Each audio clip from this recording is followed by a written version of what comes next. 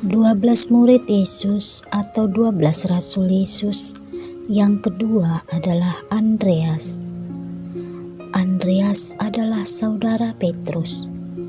Arti namanya dalam bahasa Yunani, Andreas adalah jantan. Andreas adalah murid pertama Tuhan Yesus. Sebelumnya, ia adalah murid Yohanes Pembaptis. Kepadanya Yohanes Pembaptis memperkenalkan Tuhan Yesus sebagai anak domba Allah. Kemudian ia mengikut Tuhan Yesus dan membawa Petrus kepadanya. Tertulis dalam Yohanes 1 ayat 35-40. Setelah itu, bersama dengan Petrus ia dipanggil menjadi murid sepenuhnya. Tertulis dalam Matius 4 ayat 18-19.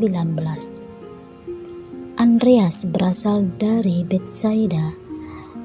Tertulis dalam Yohanes 1 ayat 44. Namun selanjutnya tinggal bersama Petrus di Kapernaum sebagai penjala ikan. Markus 1 ayat 29. Andreas dikenal sebagai penginjil mula-mula.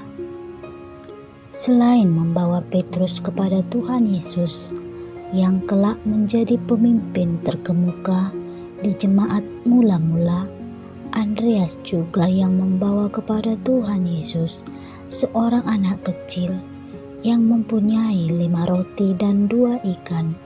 Yohanes 6 ayat 8-9.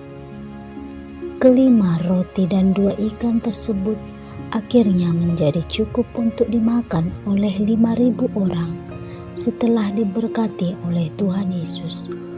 Andreas juga membawa orang-orang Yunani untuk bertemu dengan Tuhan Yesus. Yohanes 12 ayat 21-22. Tidak heran jika ia disebut sebagai penginjil nasional dan internasional yang pertama. Andreas termasuk murid yang bertanya tentang hukuman Yerusalem kepada Yesus. Di samping 3 murid terdekatnya, Markus 13 ayat 3-4. Menurut tradisi, Andreas menghabiskan tahun-tahun terakhir hidupnya di Sketia, bagian utara Laut Hitam.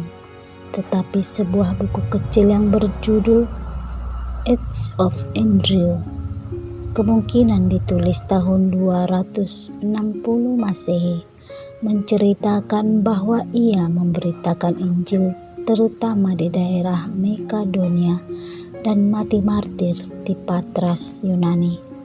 Dikatakan bahwa Andreas disalibkan di kayu salib berbentuk huruf X, sebuah bentuk religius yang kini dikenal sebagai salib Andreas. Bangsa Skotlandia menjadi salib Andreas ini sebagai lambang bendera negara mereka.